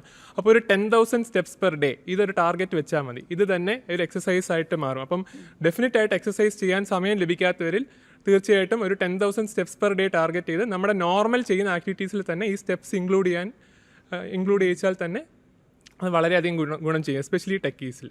ഈ ലേറ്റ് നൈറ്റ് ഫുഡ് ഹാബിറ്റ് ടെക്കികൾക്ക് മാത്രമല്ല ഇപ്പം നമ്മുടെ ഒരു നാടിൻ്റെ ഒരു ശീലമായി മാറുകയാണല്ലോ. അപ്പോൾ ലേറ്റ് നൈറ്റ് ഫുഡ് എങ്ങനെയാണ് ഫാറ്റി ലിവറിനെ ബാധിക്കുക? ഫാറ്റ് ലിവറിൽ തീർച്ചയായിട്ടും ലേറ്റ് നൈറ്റ് ഫുഡിനെക്കാട്ടിയും അവർ എന്ത് ഫുഡ് എടുക്കുന്നു എന്നുള്ളതും കൂടെയാണ്. ലേറ്റ് നൈറ്റ് മിക്കവാറും ലേറ്റ് നൈറ്റ് ഫുഡ് എടുക്കുന്നവർ വീട്ടിൽ കുക്ക് ചെയ്യാൻ പറ്റാത്തവരായിരിക്കും. അപ്പോൾ അവർ മിക്കവാറും പുറത്തുനിന്ന് എന്തെങ്കിലും ജങ്ക് ഫുഡായിരിക്കും കൂടുതലും ഈ ലേറ്റ് നൈറ്റ് എടുക്കുന്നത്. അപ്പോൾ ആ ഫുഡിൻ്റെ ക്വാളിറ്റി കൂടുതൽ ഇമ്പോർട്ടൻ്റ് ആണ്. അപ്പോൾ മാത്രമല്ല അത് ലേറ്റ് നൈറ്റ് എടുക്കുമ്പോൾ അവർക്കത് മെറ്റബോളൈസ് ചെയ്യാനുള്ള ഒരു ഓപ്പർച്യൂണിറ്റി ഇല്ല. അവരത് കഴിഞ്ഞ് നേരെ പോയി കിടക്കുകയാണ്. അപ്പോൾ അതെല്ലാം എക്സസ് എനർജി ആയിട്ട് ഡയറക്റ്റ്ലി അത് ലിവറാണ് നമ്മുടെ എക്സസ് എനർജി സ്റ്റോർ ചെയ്യുന്നത്. അപ്പോൾ ലിവറിൽ അത് ഫാറ്റായിട്ട് ഡെപ്പോസിറ്റ് ചെയ്യും. അതുകൊണ്ട് ലേറ്റ് നൈറ്റ് ഫുഡ് ഡെഫിനറ്റ്ലി ഒരു ഫാക്ടറാണ്. അതേപോലെ തന്നെ എന്ത് ഫുഡ് എടുക്കുന്നു എന്നുള്ളത്. അപ്പോൾ കഴിയുന്നതും കുറച്ച് ഏർലി ആയിട്ട് ഫുഡ് എടുക്കുക. ഇനി അഥവാ നൈറ്റ് ഫുഡ് എടുക്കുകയാണെങ്കിൽ അതെന്തെങ്കിലും സാലഡ്സോ അങ്ങനെ എന്തെങ്കിലും ഹെൽത്തി ഫുഡ് ആക്കുന്നതാണ് കൂടുതൽ ഉചിതം. ജ്യൂസ് കുടിക്കാമോ? മീൻസ് ചിലർ പറയാറുണ്ട് ഫ്രൂട്ട്സ് ആയിട്ട് തന്നെ കഴിക്കുക, ജ്യൂസ് കുടിക്കുന്നതിനേക്കാൾ നല്ലത്. അതിൻ്റെ ഉത്തരം എന്ന് പറഞ്ഞാൽ ഫ്രൂട്ട്സ് ആയിട്ട് കഴിക്കുമ്പോൾ ഫ്രൂട്ട്സിനകത്ത് ഷുഗറിൻ്റെ കൂടെ ഒരു ഫൈബർ എന്ന് പറഞ്ഞൊരു കണ്ടൻറ്റും കൂടെ ഉണ്ട്. അപ്പോൾ നമ്മുടെ രക്തത്തിലോട്ട് ഷുഗർ കയറുന്ന ആ ഒരു സ്പീഡ് കുറച്ചുകൂടെ കുറവായിരിക്കും നമ്മൾ ഹോൾ ഫ്രൂട്ടായിട്ട് കഴിക്കുമ്പോൾ. പക്ഷേ ഫ്രൂട്ട് ജ്യൂസ് ആയിട്ട് കഴിക്കുമ്പോൾ ആ ഫൈബറിൻ്റെ കണ്ടൻറ്റ് കുറച്ച് കുറയുന്നു. അപ്പം പെട്ടെന്ന് ശരീരത്തിലോട്ട് ഷുഗർ കയറുന്നു. മാത്രമല്ല ചില ഫ്രൂട്ട് ജ്യൂസസിൽ എക്സ്ട്രാ ഷുഗറും കൂടെ ആഡ് ചെയ്യുകയും കൂടെ ചെയ്യുന്നു മധുരം വരുത്താനായിട്ട്. അപ്പോൾ ഇത് രണ്ടും കൂടെ ഉള്ളപ്പോൾ നമ്മുടെ ബോഡിയിലോട്ട് എക്സ്ട്രാ ഷുഗർ പെട്ടെന്ന് കയറുകയും അത് ലിവറിലോട്ട് അടിയാനുള്ള ചാൻസും കൂടുതലാണ്. മാത്രമല്ല ഈ ഫ്രൂട്ട് ജ്യൂസസിലുള്ള ഷുഗർ എന്ന് പറയുന്ന ഫ്രക്ടോസ് എന്ന് പറയുന്ന ഒരു ഷുഗറാണ്. അത് ഗ്ലൂക്കോസിനെക്കാട്ടിലും കൂടുതൽ ലിവറിനെ കുറച്ചുകൂടെ ഡാമേജ് ചെയ്യുന്ന ഒരു ഷുഗറാണ് ഈ ഫ്രക്ടോസ്. അത് മാത്രമല്ല നമ്മുടെ ഈ കടയിലൊക്കെ ലഭ്യമായിട്ടുള്ള ഫ്രൂട്ട് ജ്യൂസസ്, അതേപോലെ ഈ പേസ്ട്രി, കോളാസ്, ഇതിലൊക്കെ ഈ സ്വീറ്റനിങ്ങിന് വേണ്ടി അവർ ചേർക്കുന്ന ഒരു ഹൈ ഫ്രക്ടോസ് കോൺ സിറപ്പ് എന്ന് പറഞ്ഞൊരു സാധനമുണ്ട്. അത് ചേർക്കുന്നത് വെച്ചാൽ അത് വളരെ ചീപ്പാണ്. അതുകൊണ്ട് മാത്രമല്ല ഭയങ്കര സ്വീറ്റാണ്. അതുകൊണ്ട് കുറച്ച് ചേർത്താൽ തന്നെ വളരെയധികം സ്വീറ്റ്നെസ് കിട്ടും. അപ്പോൾ ഇത് പക്ഷെ വളരെയധികം ലിവറിനെ ഡാമേജ് ചെയ്യുന്ന ഒരു സാധനമാണ്. അതുകൊണ്ടാണ് നമ്മൾ ഈ എക്സ്ട്രാ ഷുഗർ ചേർത്ത സാധനങ്ങൾ, പേസ്ട്രീസ്, കോളാസ്, ഇതൊക്കെ ഡെഫിനറ്റ് ആയിട്ടും ഇവർ അവോയ്ഡ് ചെയ്യണം എന്നുള്ളത് പറയുന്നത്. നമുക്കിനി ലിവർ ട്രാൻസ്പ്ലാന്റിൻ്റെ കാര്യം കൂടെ സംസാരിക്കാം. ഒരു ട്രീറ്റ്മെൻറ്റിൻ്റെ ഒരു അങ്ങേയറ്റത്തെ സ്റ്റേജ് ആണെന്ന് തോന്നുന്നു, അതല്ലേ? അപ്പം ഡോക്ടർ അതിനെപ്പറ്റി ഒന്ന് പറയാമോ? നമ്മളൊരു 30 വർഷം മുന്നേ ഉള്ള ഒരു കണക്കുകൾ എടുത്തു കഴിഞ്ഞാൽ ഒരു മേ ബി മധ്യവയസ്കരുടെ കാര്യം നോക്കാം. ഒരു 30 മുതൽ 50 വയസ്സ് വരെ പ്രായമുള്ള അഡൾട്ട്സിൽ ട്രാൻസ്പ്ലാന്റേഷൻ ആവശ്യമായിട്ടുള്ള ഒരു അസുഖങ്ങളുടെ കാരണം നോക്കിയാൽ മുൻപന്തിയിൽ വന്നിരുന്നത് ഡെഫിനറ്റായിട്ടും ആൽക്കഹോളിക് ലിവർ ഡിസീസ് ആയിരുന്നു. ബട്ട് ഇപ്പോൾ കണക്കുകൾ കാണിക്കുന്നത് ഫാറ്റി ലിവർ ഡിസീസ് മുൻപന്തിയിലേക്ക് വരുന്നു എന്നുള്ളതാണ്. അപ്പോൾ ഈ ഫാറ്റി ലിവർ ഡിസീസ് ഒരു ലിവർ ഫെയിലർ ആയിട്ടൊരു അഡൾട്ട്ഹുഡിൽ പ്രസൻറ്റ് ചെയ്യണമെങ്കിൽ അത് ഒരു 10 വർഷം മുന്നേ അല്ലെങ്കിൽ 20 വർഷം മുന്നേ അത് സ്റ്റാർട്ട് ചെയ്തിട്ടുണ്ടാവും. ഇവിടെയാണ് നമ്മൾ കുഞ്ഞുങ്ങളിലെ ഫാറ്റി ലിവർ ഡിസീസ് പ്രിവെൻറ്റ് ചെയ്യേണ്ടതിൻ്റെ ഒരു ആവശ്യകത എന്ന് പറയുന്നത്. സോ ട്രാൻസ്പ്ലാന്റിലേക്ക് പോകുന്നതിന് മുന്നേ സർ പറഞ്ഞതുപോലെ ഏർലി സ്റ്റേജസ് സ്റ്റിയറ്റോഹെപ്പറ്റൈറ്റിസ്, അതായത് ALT ചെറുതായിട്ട് എലിവേറ്റ് ചെയ്യുന്ന ഒരു സ്റ്റേജിൽ തന്നെ നമ്മളത് കൺട്രോൾ ചെയ്യേണ്ടത് വളരെയധികം ആവശ്യകരമാണ്. ലിവർ ട്രാൻസ്പ്ലാന്റിൽ എന്തൊക്കെയാണ് ശ്രദ്ധിക്കേണ്ടത്? നമ്മളൊരു ലിവർ ഡിസീസ് ഉണ്ട് എന്ന് അറിയുമ്പോൾ തന്നെ ഒരു ട്രാൻസ്പ്ലാന്റ് ഫെസിലിറ്റി ഉള്ള ഒരു ഹോസ്പിറ്റൽ അല്ലെങ്കിൽ ട്രാൻസ്പ്ലാന്റ് ചെയ്യുന്ന സർജൻസ് അല്ലെങ്കിൽ ട്രാൻസ്പ്ലാന്റ് ചെയ്യുന്ന ഹെപ്പറ്റോളജി ഡോക്ടേഴ്സിൻ്റെ ഫോളോ അപ്പിലിരിക്കേണ്ടത് ആവശ്യകരമാണ്. കാരണം നമ്മളിത് ഫോളോ അപ്പിലിരുന്ന് ഒപ്റ്റിമം ആയിട്ടുള്ളൊരു സമയത്ത് ട്രാൻസ്പ്ലാന്റിലേക്ക് പോവുക എന്നുള്ളത് വളരെ ആവശ്യകരമാണ്. കാരണം ലിവർ വളരെയധികം ലിവർ ഫെയിലിയർ പോയതിന് ശേഷം അതിൻ്റെ കോംപ്ലിക്കേഷൻ വളരെയധികം അഡ്വാൻസ് ആയതിനു ശേഷം നമ്മൾ ട്രാൻസ്പ്ലാന്റിലേക്ക് പോകാൻ വേണ്ടി നിൽക്കുമ്പോഴത്തേക്കും മറ്റു പല കോംപ്ലിക്കേഷൻ, അതായത് എന്തെങ്കിലും ഇൻഫെക്ഷൻ വന്നാൽ പെട്ടെന്ന് സിക്കാവാം, എന്തെങ്കിലും ബ്ലീഡിങ് വന്നാൽ പെട്ടെന്ന് സിക്കാവാം. അപ്പോൾ അങ്ങനെ ഒരു സിറ്റുവേഷൻ എമർജൻസി ആയിട്ട് വന്നു കഴിഞ്ഞാൽ നമുക്ക് വളരെയധികം ട്രാൻസ്പ്ലാന്റ് സക്സസ്ഫുള്ളായിട്ട് ചെയ്യാനുള്ള സാധ്യതകൾ വളരെ കുറവാണ്. അപ്പോൾ ലിവർ ഡിസീസ്, ഈ ഫാറ്റി ലിവർ ഡിസീസ് ആണെങ്കിലും ഏത് ലിവർ ഡിസീസ് ആണെങ്കിലും ഉണ്ടെന്ന് അറിയുമ്പോൾ തന്നെ നമ്മൾ പ്രോപ്പറായിട്ട് ഫോളോ അപ്പിലിരിക്കേണ്ടത് ആവശ്യകരമാണ്. അപ്പോൾ ലിവർ ഡിസീസ് മൂലമുണ്ടാകുന്ന കോംപ്ലിക്കേഷൻസ് നമ്മൾ ഒരു മെഡിസിൻ കൊണ്ട് കൺട്രോൾ ചെയ്യാൻ പറ്റുന്ന സ്റ്റേജിന് മുകളിൽ പോകുമ്പോഴാണ് നമ്മൾ ട്രാൻസ്പ്ലാന്റേഷനെ കുറിച്ച് ചിന്തിക്കുന്നത്. ട്രാൻസ്പ്ലാന്റേഷൻ എന്ന് പറഞ്ഞാൽ ലിവർ ഫെയിലിയർ മൂലമുണ്ടാകുന്ന മരണത്തെ അതിജീവിക്കാൻ വേണ്ടി നമ്മൾ ചെയ്യുന്ന ഒരു പ്രോസസ്സാണ് ലിവർ ട്രാൻസ്പ്ലാന്റേഷൻ എന്ന് പറയുന്നത്. ഇപ്പോൾ നമ്മുടെ കണക്കുകൾ നോക്കിയാൽ ഇന്ത്യയിൽ ധാരാളം ലിവർ ട്രാൻസ്പ്ലാന്റ് സെൻ്ററുകളുണ്ട്. എല്ലായിടത്തും വളരെ എക്സ്പീരിയൻസ് ആയിട്ടുള്ള ധാരാളം സർജൻസ് അല്ലെങ്കിൽ ലിവർ ട്രാൻസ്പ്ലാന്റ് ടീം അവൈലബിൾ ആണ്. ലിവർ അനസ്തീഷ്യ, ഹെപ്പറ്റോളജി ഡോക്ടേഴ്സ് അല്ലെങ്കിൽ ലിവർ ട്രാൻസ്പ്ലാന്റ് സർജൻസ്. നമുക്ക് ഇന്ത്യയിൽ തന്നെ വളരെ വിജയകരമായി ഈ ലിവർ ട്രാൻസ്പ്ലാന്റേഷൻ സർജറി ചെയ്യാൻ പറ്റുന്നു എന്നുള്ളത് വളരെ നല്ല ഒരു മെഡിക്കൽ ഫീൽഡിൻ്റെ ഒരു വിജയം തന്നെയാണ് ആക്ച്വലി. നമ്മുടെ കേരളത്തിൽ തന്നെ നോക്കിയാൽ നമുക്ക് ധാരാളം ട്രാൻസ്പ്ലാന്റ് സെൻറ്റേഴ്സ് അവൈലബിൾ ആണ്. അപ്പോൾ നമുക്ക് ഇപ്പോൾ ട്രാൻസ്പ്ലാന്റേഷനെ പറ്റി സംസാരിക്കുകയാണെങ്കിൽ നമുക്കൊരു നോർമൽ ലിവർ ആവശ്യമാണ്. ഓക്കെ, ഇപ്പോൾ ഒരാളുടെ ലിവർ ഫെയിലറിൽ പോയാൽ മുന്നോട്ട് ജീവിതം പോകുന്നതിനായിട്ട് നമുക്കൊരു നോർമൽ ലിവർ ആവശ്യമാണ്. അപ്പോൾ സാധാരണ ട്രാൻസ്പ്ലാന്റേഷൻ ഇപ്പോൾ കുഞ്ഞുങ്ങൾക്ക് നമ്മൾ ട്രാൻസ്പ്ലാന്റ് ചെയ്യണമെങ്കിൽ അച്ഛനമ്മമാരാണ് സാധാരണ ഒരു ലിവറിൻ്റെ ഒരു ഭാഗം ഡൊണേറ്റ് ചെയ്യുന്നത്. ഇപ്പോൾ മുതിർന്ന ആൾക്കാർക്കാണ് ലിവർ ഫെയിലിയർ വരുന്നത്, സാധാരണ മക്കൾ അല്ലെങ്കിൽ ബ്രദേഴ്സ്, സിസ്റ്റേഴ്സ്, റിലേറ്റീവ്സ് ആണ് സാധാരണയായി ഒരു ലിവറിൻ്റെ ഒരു ഭാഗം ഡൊണേറ്റ് ചെയ്യുന്നത്. കാരണം അതില്ലാതെ അവർക്ക് മുന്നോട്ടുള്ള ജീവിതം സാധ്യമാവില്ല എന്നൊരു സിറ്റുവേഷനിലാണ് നമ്മൾ ട്രാൻസ്പ്ലാന്റേഷന് വേണ്ടി പോകുന്നത്. മറ്റൊരു തരത്തിലുള്ള ട്രാൻസ്പ്ലാന്റേഷൻ എന്ന് പറയുന്നത് ഡിസീസ്, അത് മരണപ്പെട്ട ആളുകളുടെ ലിവർ ട്രാൻസ്പ്ലാന്റേഷന് വേണ്ടിയിട്ട് ഡൊണേറ്റ് ചെയ്യാൻ വേണ്ടി കുടുംബാംഗങ്ങൾ അംഗങ്ങൾ സമ്മതിക്കുമ്പോഴാണ് ഡിസീസ്ഡ് ഡോണർ ട്രാൻസ്പ്ലാന്റേഷൻ എന്നൊരു പ്രോഗ്രാം നടക്കുന്നത്. നമ്മുടെ ഒരു കണക്കുകൾ നോക്കിയാൽ അത് വളരെയധികം കുറവാണ് നമ്മുടെ രാജ്യത്ത് നടക്കുന്നത്. അപ്പോൾ നമ്മൾ ആ ഒരു ഡിസീസ്ഡ് ഓർഗൻ ഡൊണേറ്റ് ചെയ്യാൻ വേണ്ടിയിട്ട് പ്രൊമോട്ട് ചെയ്യേണ്ടത് വളരെയധികം ആവശ്യകരമാണ്. കാരണം ഒത്തിരി ആൾക്കാർ ലിവർ ഡിസീസ് കാരണം മരണപ്പെടുന്നു, അല്ലെങ്കിൽ അവർക്ക് ട്രാൻസ്പ്ലാന്റ് ചെയ്യാൻ പറ്റാത്തൊരു സിറ്റുവേഷൻ വരുന്നു, അവർക്കൊരു ലിവറിൻ്റെ അവൈലബിലിറ്റി ഇല്ല, ചിലപ്പോൾ ഫാമിലിയിൽ തന്നെ ഇതുപോലെ ഫാറ്റി ലിവർ ഡിസീസ് ഉണ്ടാവാം, അപ്പോൾ ഡൊണേറ്റ് ചെയ്യാൻ വേണ്ടി ആരും ഉണ്ടാവാതിരിക്കുന്ന സിറ്റുവേഷൻസ് അങ്ങനെയൊക്കെ നമ്മൾ സ്ഥിരം കാണുന്നതാണ്. അപ്പോൾ മരണപ്പെട്ട ആളുകളുടെ ലിവർ ഡൊണേറ്റ് ചെയ്യാൻ തയ്യാറാവുക എന്നുള്ളത് ഒരു സൊസൈറ്റിക്ക് ചെയ്യുന്ന ഒരു വലിയ നന്മയാണ്. ഞാൻ ഈ ഇടയ്ക്ക് ഒരു കൊച്ചുകുട്ടി അവിടെ കിടന്ന് ഓടി കിടക്കുന്ന എൻ്റെ വീട്ടിൽ അമ്മ കൺസൾട്ട് ചെയ്യാവുന്നതാണ്. അപ്പോൾ ആ കുട്ടിയെടുത്ത് പറഞ്ഞു, ഈ കുട്ടിക്ക് ബിലിയറി അട്രീസി ആയിരുന്നു, ഞാനാണ് ലിവർ കൊടുത്ത ആ കുട്ടിക്ക്. അപ്പോൾ നമുക്ക് ഇതൊക്കെ കാണുമ്പോൾ ലിവർ ട്രാൻസ്പ്ലാന്റ് ചെയ്യുന്ന വ്യത്യാസം കാണുമ്പോൾ നമുക്ക് ഭയങ്കര അതിശയം തോന്നും. ആ കൊച്ചുകുട്ടിയെ എടുത്തിട്ട് ലിവർ ട്രാൻസ്പ്ലാന്റ് കഴിഞ്ഞ് കുട്ടി നടക്കുന്ന ഭയങ്കര സന്തോഷം വരും. അപ്പോൾ ഇത് ട്രാൻസ്പ്ലാന്റ് ശരിക്കും സെലക്ട് ചെയ്ത ആളുകളിൽ നല്ലവണ്ണം ചെയ്യുന്ന ഇതാണെങ്കിൽ വളരെ നല്ല റിസൾട്ടുകളാണ്. അപ്പം പ്രത്യേകിച്ച് ഈ ബിലിയറി അട്രീസി അതുപോലത്തെ കുട്ടികളിലുള്ള ട്രാൻസ്പ്ലാന്റ് അവരുടെ ജീവിതം തന്നെ മാറ്റി മറിക്കുകയാണ്. അത് വളരെ നല്ല കാര്യമാണ്. അപ്പം തൃശ്ശൂരിൽ ഒരു കുട്ടിയുടെ അച്ഛന് ഇതുപോലെ ലിവർ ഫെയിലിയർ വരാൻ പോയി. അപ്പം ദേവനന്ദ എന്നായിരുന്നു എൻ്റെ പേര്. 17 വയസ്സേ ഉണ്ടായിരുന്നുള്ളൂ. അപ്പോൾ ആ കുട്ടിക്ക് ഡൊണേറ്റ് ചെയ്യേണ്ട ടൈമിൽ അതിൻ്റെ പ്രോസസ്സിലാണ് ആ കുട്ടിക്ക് ഫാറ്റി ലിവർ ഉണ്ടെന്ന് അവർ മനസ്സിലാക്കുന്നത്. അപ്പോൾ 1 മാസത്തേക്ക് ടൈമില്ല, കാരണം ഇത്രയും പെട്ടെന്ന് തന്നെ ലിവർ ട്രാൻസ്പ്ലാന്റ് ചെയ്യണം എന്നുള്ളത് കൊണ്ട് 1 മാസത്തിനുള്ളിൽ അത് പെട്ടെന്ന് ഫാറ്റി ലിവർ കുറച്ചു. അങ്ങനെയാണ് പറഞ്ഞത്. അങ്ങനെ ഒരു ഷോർട്ട് പീരീഡിൽ നമുക്ക് ഫാറ്റി ലിവർ കുറയ്ക്കാൻ പറ്റുമോ? ഇത് എപ്പോഴും നമ്മൾ മെഡിക്കൽ ഫീൽഡിൽ നോക്കുന്നത് ഒരു പ്രോസ് ആൻഡ് കോൺസ് ആണ്. എന്താണ് കൂടുതൽ ബെനിഫിറ്റ് ചെയ്യുന്നത്, എന്താണ് കൂടുതൽ ഡാമേജ് ചെയ്യുന്നത്, റേഷ്യോ വെച്ചിട്ടാണ് നമ്മൾ ഡിസൈഡ് ചെയ്യുന്നത്. ഒരു പക്ഷേ ഈ കുട്ടിയുടെ അച്ഛന് വളരെ അഡ്വാൻസ് ആയിട്ടുള്ള ഒരു ലിവർ ഡിസീസ് ആയിരിക്കും ഉണ്ടായിരിക്കുന്നത്. നമുക്ക് ഒത്തിരി ഒരു 6 മാസം വെയിറ്റ് ചെയ്തിട്ട് ചെയ്യാൻ പറ്റുന്നൊരു സിറ്റുവേഷൻ ഒരു പക്ഷേ ഉണ്ടായിരുന്നിരിക്കില്ല. അപ്പോൾ വെയിറ്റ് വളരെ ഡ്രാസ്റ്റിക്കായിട്ട് കുറയ്ക്കുന്നതിന് അതിൻ്റേതായ ചില ദൂഷ്യവശങ്ങളുണ്ട്.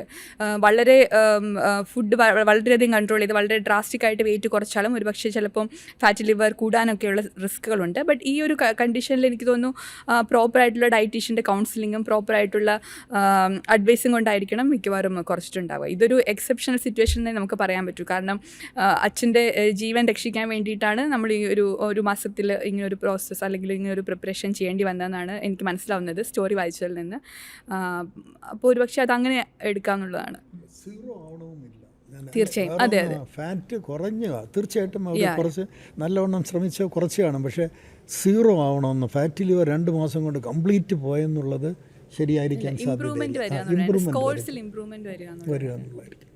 ഭക്ഷണം കഴിക്കാതെ സ്റ്റാർവേഷൻ ഒരു സ്റ്റേജിലോട്ട് പോകാതിരിക്കുന്നതാണ് എപ്പോഴും ഫാറ്റ് ലിവർ നല്ലത്. കാരണം നമ്മൾ സ്റ്റാർവേഷനിലോട്ട് പോയി കഴിഞ്ഞാൽ നമ്മുടെ ബോഡി നമുക്ക് കൂടുതൽ സ്റ്റോർസ് വേണം എന്നുള്ളൊരു സാധനം സെൻസ് ചെയ്ത് കൂടുതൽ ലിവറിലോട്ട് ഫാറ്റും അങ്ങനെ നമുക്കൊരു എനർജി സ്റ്റോറിന് വേണ്ടി ഡെപ്പോസിറ്റ് ചെയ്ത് വെക്കാനുള്ള സാധ്യതയുണ്ട്. അപ്പം ഭക്ഷണം ഫുള്ളായിട്ട് അവോയ്ഡ് ചെയ്യുന്നതും ഫാറ്റ് ലിവറിന് കേടാണ്. മിതമായ എമൗണ്ടിൽ ഭക്ഷണം കഴിക്കുക, എക്സസൈസ് ചെയ്യുക, പതുക്കെ വെയിറ്റ് കുറച്ചാൽ മതി. ഒരു 5 to 10% ബോഡി വെയിറ്റ് ഏതാനും മാസങ്ങൾ, ഒരു 5-6 മാസം കൊണ്ട് പതുക്കെ കുറയ്ക്കുന്നതാണ് എപ്പോഴും ഉചിതം. നമ്മൾ എന്തുകൊണ്ട് നമ്മുടെ കരളിനെ പൊന്നുപോലെ നോക്കണം എന്നുള്ളതിൻ്റെ ഒരു അവയർനെസ് പോലെ ഡോക്ടർമാർക്ക് എന്താ പറയാനുള്ളത്? കാരണം എല്ലാം ശീലങ്ങളിലേക്കാണ് ഇപ്പോൾ എത്തുന്നത്, വിരൽ ചൂണ്ടുന്നതെല്ലാം. ലിവറിനെ ചിലർ ഭാര്യമാരായിട്ട് ഉപമിക്കാറുണ്ട്. എന്നുവെച്ചാൽ എല്ലാ പണിയും ചെയ്യണം, അതിന് താങ്ക്സ് ഒന്നും കിട്ടാറുമില്ല. പക്ഷേ ലിവറിൽ എന്താണ് ലിവർ ചെയ്യുന്നത്? മറ്റേ അഴുക്കുകളൊക്കെ നമ്മുടെ കുടലിൽ നിന്ന് വലിച്ചെടുത്ത് വെച്ചാൽ അതൊക്കെ അതിനടുത്ത് കളയും. മരുന്നുകൾ കൂടിപ്പോയി അതിൻ്റെ ഡോസ് അതിനടുത്ത് കളയും. എന്തെങ്കിലും വിറ്റാമിൻ ഉണ്ടെങ്കിൽ അതിനെ ശരിയാക്കി പുറത്ത് വിടും. അപ്പോൾ നമ്മൾ ഇത്രയും ജോലി ചെയ്യുന്ന ലിവറിനെ നമ്മളങ്ങനെ മൈൻഡ് ചെയ്യാറോ അതിനെ അങ്ങനെ ഒക്കെ പറയാറോ ഇല്ല. അപ്പം ലിവറിന് അത് വളരെ പ്രധാനപ്പെട്ട ഒരു ഓർഗനാണ്. അപ്പോൾ അതിന് എനിക്ക് തോന്നുന്നു നല്ല ആരോഗ്യപരമായ ആഹാരമേ നമ്മൾ കഴിക്കാവൂ. നമ്മൾ ശരിക്കും വ്യായാമം എടുക്കണം. അതുമാത്രമല്ല, ഇടയ്ക്കിടയ്ക്ക് ആവശ്യമുള്ളപ്പോഴൊക്കെ മെഡിക്കൽ ചെക്കപ്പും ചെയ്യണം. എന്നിട്ട് നമുക്ക് നല്ലൊരു ലിവറിനെ ഉണ്ടാക്കിയെടുക്കാം. ഡോക്ടറിന് പ്രത്യേകിച്ചും ഫാറ്റി ലിവർ ഉണ്ടെന്ന് നമ്മൾ പ്രത്യേകിച്ചും കുട്ടികളില്ലെങ്കിൽ അഡൽസിൽ നമ്മൾ കണ്ടുപിടിച്ച് കഴിഞ്ഞാൽ വളരെ ഫ്രീക്വൻ്റ് ആയിട്ട് നമ്മൾ ചില ബ്ലഡ് ടെസ്റ്റുകൾ ചെയ്യണം. ഒന്ന് കൊളസ്ട്രോൾ ലിപ്പിഡ് പ്രൊഫൈൽ എന്ന് പറയും, കൊളസ്ട്രോൾ ട്രൈഗ്ലിസറൈഡ് ഇതിൻ്റെയൊക്കെ ലെവൽ പ്രോപ്പർ ആണോ നോക്കാൻ വേണ്ടി. പിന്നീട് HbA1c എന്ന് പറയും, ഷുഗറിൻ്റെ കൺട്രോൾ അറിയാൻ വേണ്ടിയിട്ട്. പിന്നീട് നമ്മൾ റെഗുലറായിട്ട് ബ്ലഡ് പ്രഷർ ചെക്ക് ചെയ്യണം. ഈവൻ കുട്ടികൾക്കാണെങ്കിൽ പോലും ഹോസ്പിറ്റലിൽ റെഗുലറായിട്ട് പോയി ബ്ലഡ് പ്രഷർ ചെക്ക് ചെയ്യും. ഈ ചില ടെസ്റ്റുകൾ വളരെ റെഗുലറായിട്ട് ചെയ്തുകൊണ്ടിരിക്കുകയും ചെയ്യേണ്ടത് വളരെ അത്യാവശ്യകരമാണ്. അതുപോലെ മറ്റൊരു കാര്യമാണ് ഫാറ്റി ലിവർ ഡിസീസ് ഉണ്ടെന്നുള്ളവരെല്ലാം ഹെപ്പറ്റൈറ്റിസ് എ വാക്സിൻ എടുക്കേണ്ടത് വളരെ അത്യാവശ്യമാണ്. ഇപ്പോൾ ഹെപ്പറ്റൈറ്റിസ് എ വന്നിട്ട് ഒരു ലിവർ ഫെയിലർ അല്ലെങ്കിൽ ഒരു ഹെപ്പറ്റൈറ്റിസ് പോകുമ്പോഴേക്കും ഫാറ്റി ലിവർ ഡിസീസ് ഉള്ളവർക്ക് അത് സിവിയർ ആവാനുള്ള അല്ലെങ്കിൽ ഗുരുതരമാവാനുള്ള ഒരു സാധ്യത വളരെ കൂടുതലാണ്. അപ്പോൾ ഫാറ്റി ലിവർ ഡിസീസ് ഉള്ളവർ ഡെഫിനറ്റായിട്ടും ഹെപ്പറ്റൈറ്റിസ് എ വാക്സിൻ എടുക്കേണ്ടത് അത്യാവശ്യകരമാണ്. ചോദ്യത്തിന് ഉത്തരം എന്ന് പറയുന്നത് നമ്മുടെ ശരീരത്തിലെ ബാക്കി അവയവങ്ങൾക്കൊന്നും ഇല്ലാത്ത ഒരു പ്രത്യേകത ലിവറിനുണ്ട്. അതിന് നമ്മൾ ഈ റീജനറേറ്റീവ് കപ്പാസിറ്റി എന്ന് പറയും. അതായത് നമ്മുടെ ലിവറിനെ നമ്മൾ ചെറുതായിട്ടൊരു എന്തെങ്കിലും വെച്ച് ഡാമേജ് ചെയ്യുന്നു വെച്ചാൽ ആൽക്കഹോൾ എടുത്ത് ലിവറിന് ചെറിയൊരു ഡാമേജ് വന്നു, ലിവർ തിരിച്ച് റീജനറേറ്റ് ചെയ്ത് വരും. അതേപോലെ കുറച്ച് ഈ അനിയന്ത്രിതമായ ഡയബറ്റീസ് കാരണം ലിവറിലോട്ട് കൊഴുപ്പടിഞ്ഞു, ലിവർ റീജനറേറ്റ് ചെയ്ത് വരും. പക്ഷെ നമ്മൾ തുടർച്ചയായിട്ട് ലിവറിനെ ഇൻസൾട്ട് ചെയ്തുകൊണ്ടിരിക്കുകയാണെങ്കിൽ, അതായത് തുടർച്ചയായിട്ട് ലിവറിന് ഡാമേജ് സംഭവിച്ചുകൊണ്ടിരിക്കുകയാണെങ്കിൽ മാത്രമേ ലിവറിന് ഈ റീജനറേറ്റീവ് കപ്പാസിറ്റി പൂർണ്ണമായിട്ട് നഷ്ടപ്പെട്ട് ലിവർ സിറോസിസ് എന്ന് പറഞ്ഞൊരു സ്റ്റേജിലേക്ക് എത്തുകയുള്ളൂ. അപ്പോൾ ഈ ഫാറ്റ് ലിവർ എന്ന സ്റ്റേജിൽ അപ്പോഴും ലിവറിന് ഈ റീജനറേറ്റീവ് കപ്പാസിറ്റി ഉണ്ട്. സിറോസിസ് ആയി കഴിഞ്ഞാൽ അത് കംപ്ലീറ്റ് ആയിട്ട് നഷ്ടപ്പെടുന്നുള്ളൂ. അപ്പം ആ സ്റ്റേജിൽ തന്നെ നമ്മൾ എന്താണ് നമ്മുടെ ലിവറിന് ഡാമേജ് വരുന്നതെന്നുള്ളത് ഐഡൻറ്റിഫൈ ചെയ്ത് അത് കംപ്ലീറ്റ് ആയിട്ട് റിവേഴ്സ് ചെയ്യുകയാണെങ്കിൽ തിരിച്ച് ലിവർ നോർമലായി വരും.